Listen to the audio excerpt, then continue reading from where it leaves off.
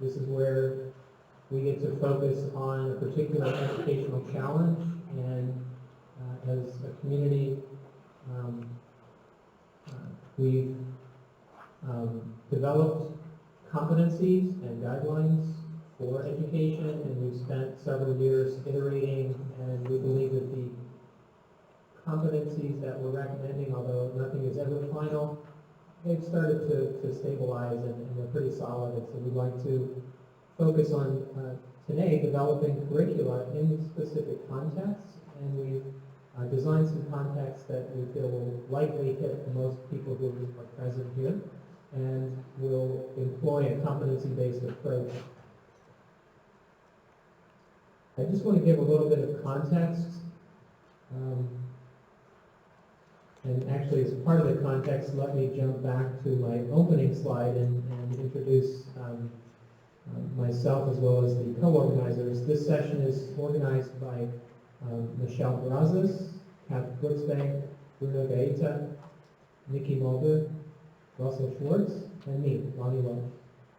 And I would like to thank my co-organizers for all the work you guys did to put this together. And I'm really excited and pleased with what's come out of the collaborative effort. So we represent the Curriculum Task Force. We're not the entire Curriculum Task Force, and that's an open task force for anyone in the society to participate in, and it's an arm of the Education Committee of ISCB. And what the Curriculum Task Force has been doing for the last several years, I'm just going to give a very quick 1-minute review of that, is developing curricular guidelines that people can reuse. And we've sought input from a variety of perspectives, and just in very quick review, if you'd like to read in detail about what's been developed and how it's evolved, there are several papers in the ISCB Society Pages section of PLOS Computational Biology, starting in 2012. With Russell Schwartz and Fran Lewiter, we did a survey of several different groups, and we made an initial list of topics that people feel are important for bioinformaticians to know. And that's reported here. And then in 2014, the group had expanded, and we actually came out with an initial draft of curriculum guidelines and an initial draft definition of core competencies for bioinformatics. And those have continued to be refined by the task force, and it has expanded. And in 2016, there was an additional paper about applying and refining these competencies in a number of different contexts. And we've continued to think about and work on that. And Nikki, do you know if this paper has actually been released? It's still in the review. Okay, so I just put 2017. The hope was that it would be actually released immediately before this meeting, but it looks like that didn't quite happen. But within the next month or two, I would predict that this paper will come out. Development and application of core competencies to improve training and education. And it was a refinement of the recommended competencies, and we believe that they're pretty solid. They will continue to evolve, but we feel pretty comfortable recommending them, and that's why we're using them as the basis for today's competency-based activities.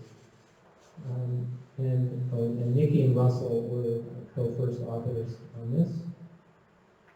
And at this point, I'm going to invite my co-chair, Kath, to come up.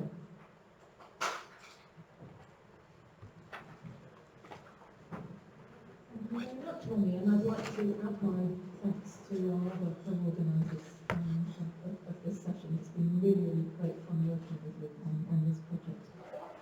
So I'm just going to fill in a little bit of the detail around what we really mean by competency and where we are at this point and what we're going to give you to play with later on.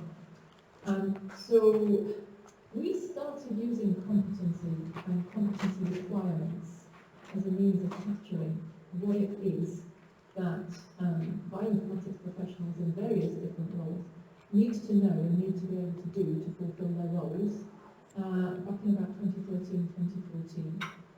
So this is our kind of working definition of what we mean by competency. It's an observable ability of any professional, and it integrates components such as knowledge, skills, not just about what you know, it's what you do with it, how you behave, and your attitude towards a particular topic or range of skills that you have. We like it because its acquisition can be validated objectively. You can tell if you design appropriate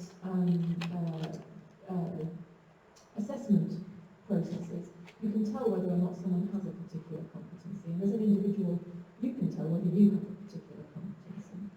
And so we essentially are using this as a shared currency. It's applicable to learning of all types and at all career stages. And of course, in the ISCB, we have to consider everyone from kind of, undergrad, master's students right the way through to established professionals in bioinformatics. So this is a nice workable concept for all forms of education and career development. And we've put these sets of competency requirements together in a competency profile, and Lonnie has shared with you some of the papers that we've published on this that have all the details. And basically all a profile is some kind of grid, some kind of table that defines all of the competency requirements and applies them to different roles, and I'll show you how we progress with that. Typically these things are defined and developed by professional bodies, and that's essentially the role that the ISCB is following in this process. Oops. Oh no. Being a Mac fan, I was bound to mess up the Windows system, wasn't I? Okay, so where we've progressed in the last few years is from this original draft, which was published in the, I think, 2014 paper, which essentially considered 3 different types of bioinformatics professional, and had a rudimentary list of competency requirements, to this, which is a rather more comprehensive offering, and we've split those three different types of professional, if you like, those 3 different personas, into a number of different roles. And they're all roles that are kind of recognised job functions. We had a few initial issues with, what is a bioinformatics user, what is a bioinformatics scientist. And so after a lot of discussion, we figured that this was kind of something that was more instantly recognisable and instantly applicable to you as individuals in perhaps one of those roles. To boil it back to those 3 categories of bioinformatics professional, when we first started doing this work, we developed personas for each of those different roles, because we felt that we could then empathise with the types of individual that they were, with their educational needs, with the kinds of things they were needing to do in their day-to-day job. And so we have this kind of pro forma for personas associated with particular roles, and I wanted to share them with you today because we found them useful, and you'll see them come up in the talks that follow from here. And so basically I thought it would be helpful if I showcase them now so that you know what we're all talking about.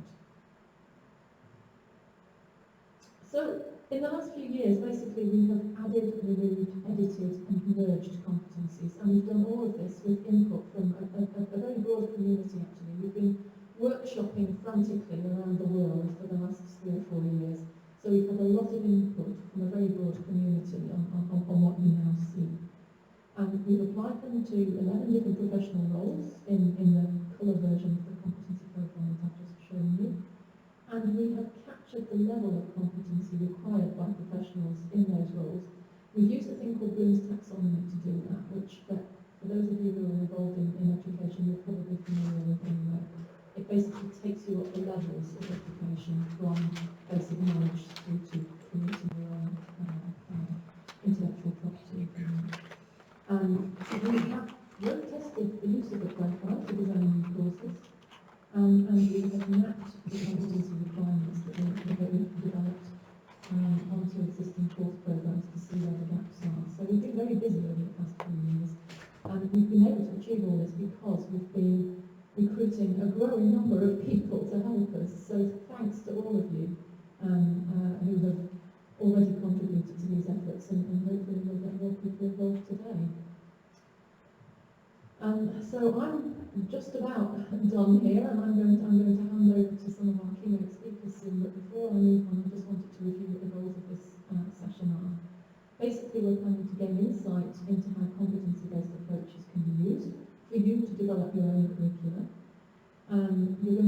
how this approach has been applied to bioinformatics and computational biology training programs in several different settings.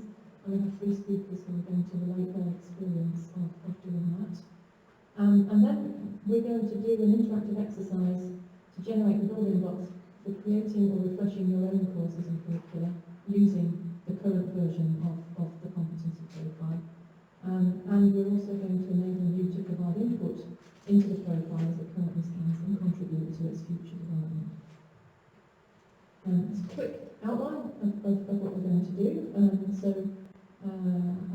Russell's up next, and I'll give him a bit of an introduction in a minute. So Russell's going to talk about what we originally called up as bioinformatics scientist role, but it's got a little bit more in there as well. Bruno's going to talk about engineers. Nikki is going to be talking about what she's been doing in HCA Bionet, which is a Pan-African bioinformatics initiative. And then Bruno is going to lead an interactive workshop session in which you actually get to use the competency profile to develop, or at least start developing curriculum yourself. We'll start to gather feedback and wrap up around 5:30. Michelle is going to lead the feedback session, and then we should be done by 6, just in time for the